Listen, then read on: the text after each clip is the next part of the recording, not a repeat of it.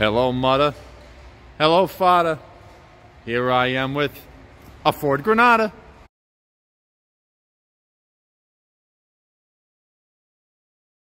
Yes, this is an addition to my personal Ford family of fine cars.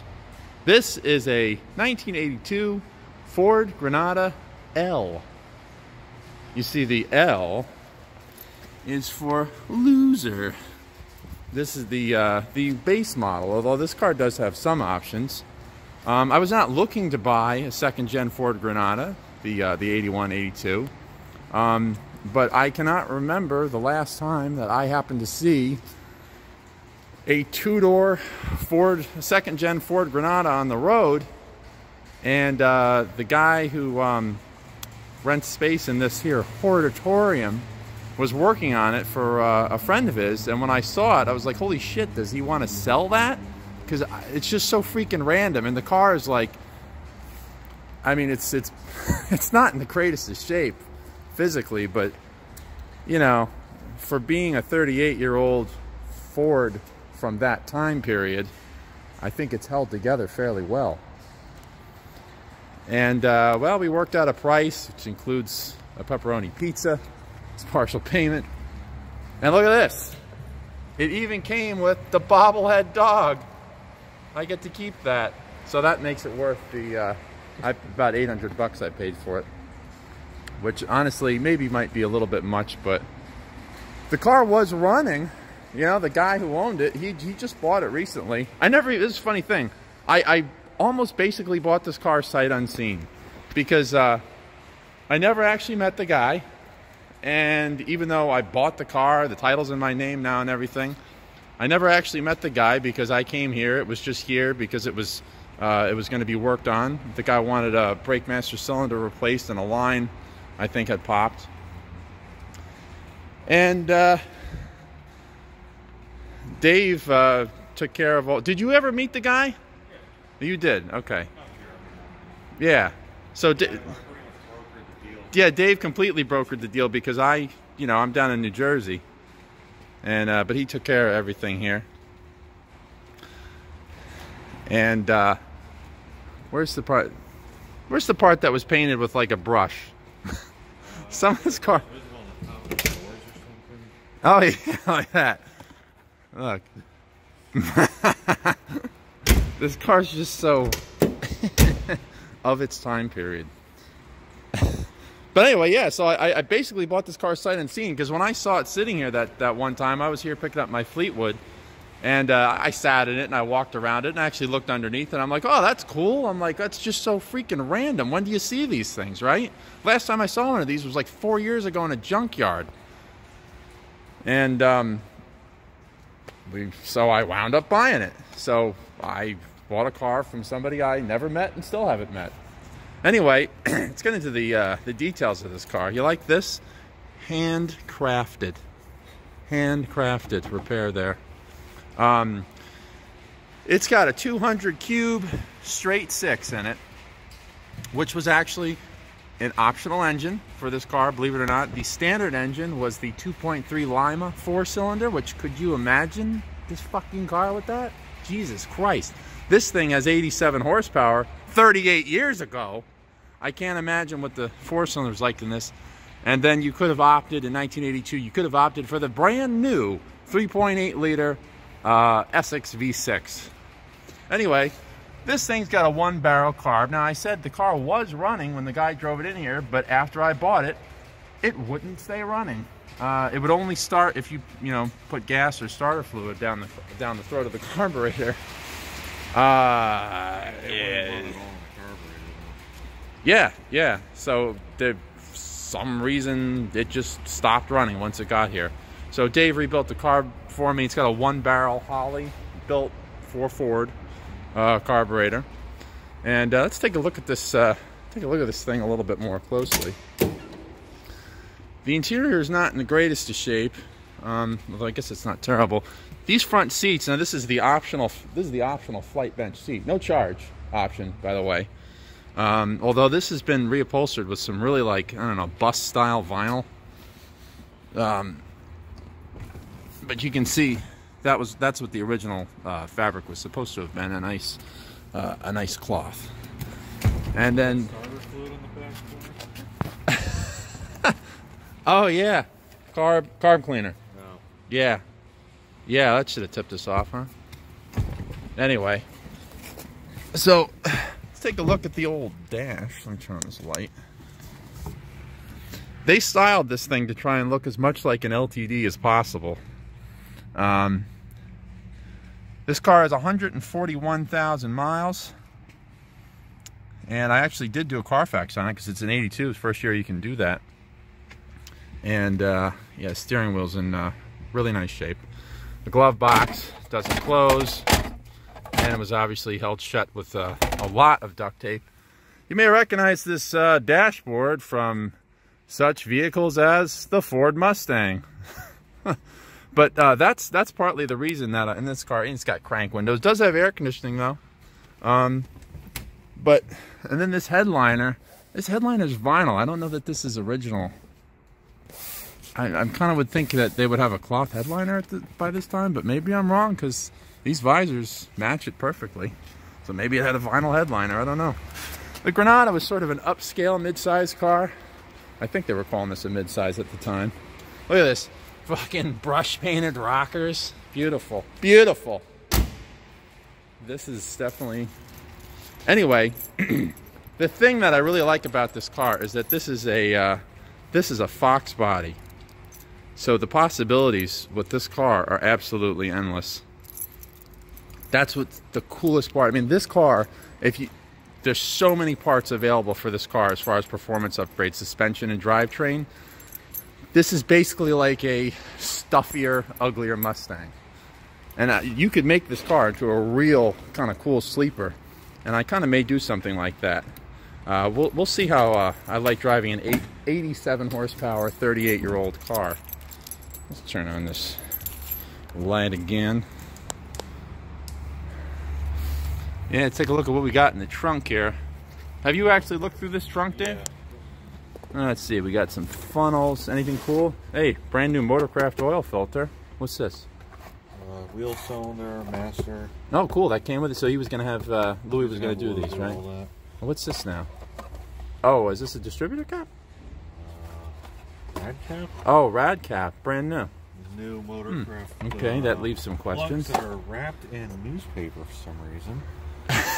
I looked down, they don't look used. Huh. Is that a thing they did? I don't know. Oh, maybe. Look how old these boxes. That would seem strange. These are old. There's an unusually large amount of valve caps. Okay. One of these. Oh, the little tool. Yeah, cool. That's the belt for the air pump. I took that off. Oh my god, look how skinny this belt is. This is like an 1/8-inch belt on the inside of the V. Joke. Wow, what a joke indeed. Now that air pump, when it's running, sounds like an exhaust leak. And this is the valve cover gasket, right? And we do believe, oh, hopefully that's not damaged. We do believe that the engine is leaking oil from the valve cover, so. Yeah, I could show you where it's leaking. Okay. Make sure I got the keys before I go slamming the trunk. Yeah, it's pretty drenched right there. Oh yeah, all right. We definitely have a valve cover. It does leave a puddle after it sits for a while down there. Okay, so that would make sense because of the way the engine is slanted back in the engine compartment. So that's going to be today's project. Well, let's what do you say we start it up? Yeah, let's start it up. Well, yeah, I need to give it a couple of pumps. Yeah, here, you take this thing. Okay.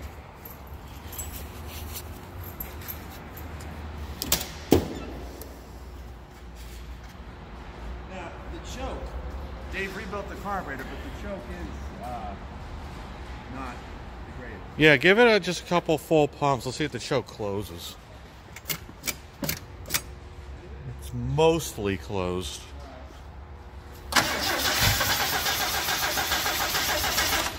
Hold on. Try it.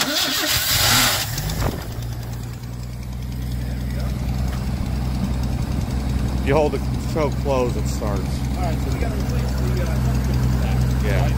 Yep. This thing runs pretty good. I mean, it's quiet. Wait till it warms up. Yeah? Here, this thing's a little wide. Cool. I'm almost shocked that there's no exhaust leak. I mean, you see a vehicle like... Oh, yeah. Oh, a little ticky-tick. Yeah.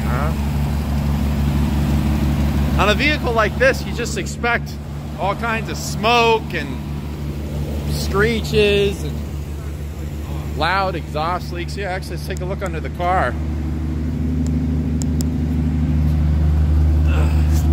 There's a leak right there. Yeah, where is that? We're at the flange.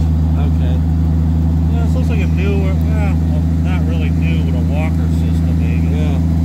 Well, that side of this car is not too bad. No. Alright. Well, let's let it warm up and we'll see what it runs like. Drive it around the building.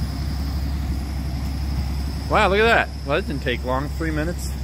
And it's all warmed up and For all. a while, it'll kick down on its own. Maybe like 5 minutes or so. Oh, cool. The choke is opening. Yeah. So it opens. It won't open completely, essentially. So basically, the thought is the spring in the choke thermostat is just really worn, right? So it's not got much tension. Yeah. Okay. It's still leaking gas. Oh yeah. So we got to replace that fuel filter, and you tried putting some kind of tape and stuff on there, right? Put sealant on the threads. I don't think it's threads. I think it's bonded. Looks like someone put a nail or something. Yeah, maybe. I almost wonder if it's coming out of the carburetor. The leak is on the carburetor. Yeah. Oh well, the new fuel filter is only a couple bucks, so. Yeah. Let's take this thing for a ride. Now it's pouring rain, and I already said that we're doing the valve cover gasket, so I'm not going to drive this thing outside now. But we are in the Hortatorium, so I do have some room here. Now, it's incredibly iffy. Dump it there somewhere. There's no. Well, this is what's like left it of used it, to be. but that falls off the fender if you do that. Okay.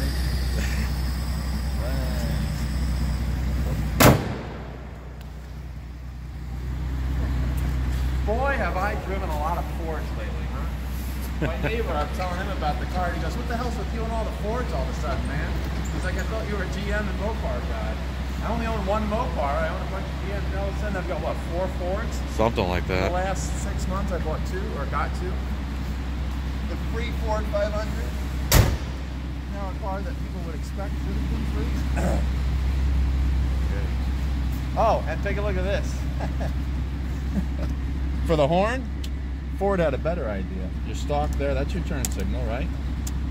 Isn't that retarded? Wow. Isn't that stupid? That's great. Okay. Hey, the radio works. I think that's the original radio, too. Stereo, how's that?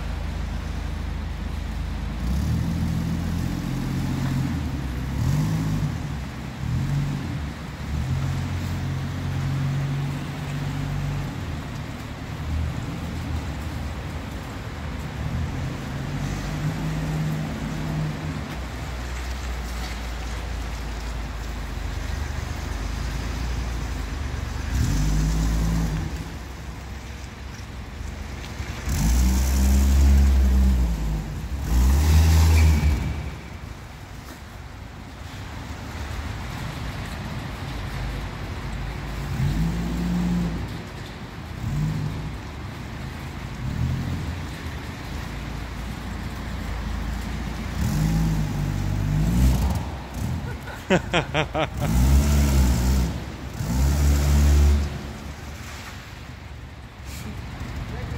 much gas. I guess maybe that's the joke, or possibly the car. Yeah, I'm not really sure.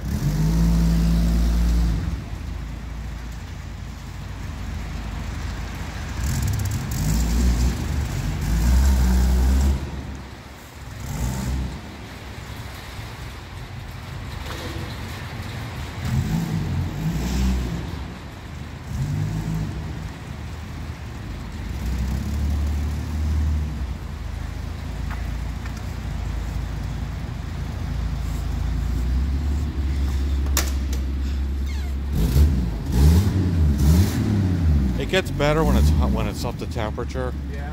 But before I disconnected that EGR valve, it would just flat out die when you did that kind of stuff. Oh, really? Okay. Yeah.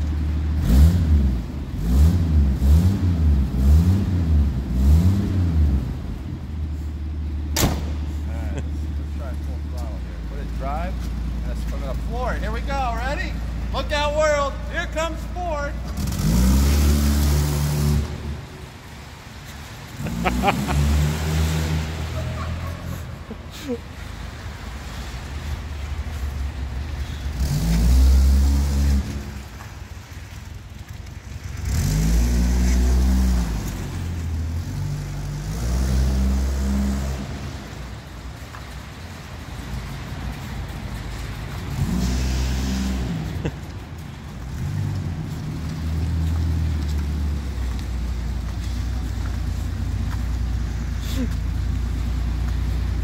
We'll do a brake stand. Oh, let's see. Yeah.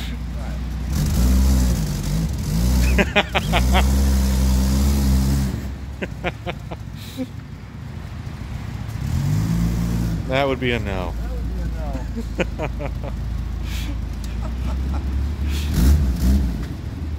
Alright, wow. The exhaust leak is very fitting of this vehicle.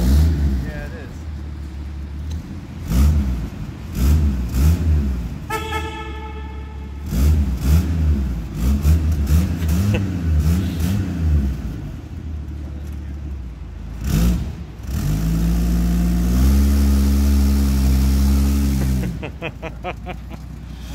Not quite. Nope. Well, hey, the car's got a lot of potential because of its platform. So, Yeah. Have you driven a Ford lately?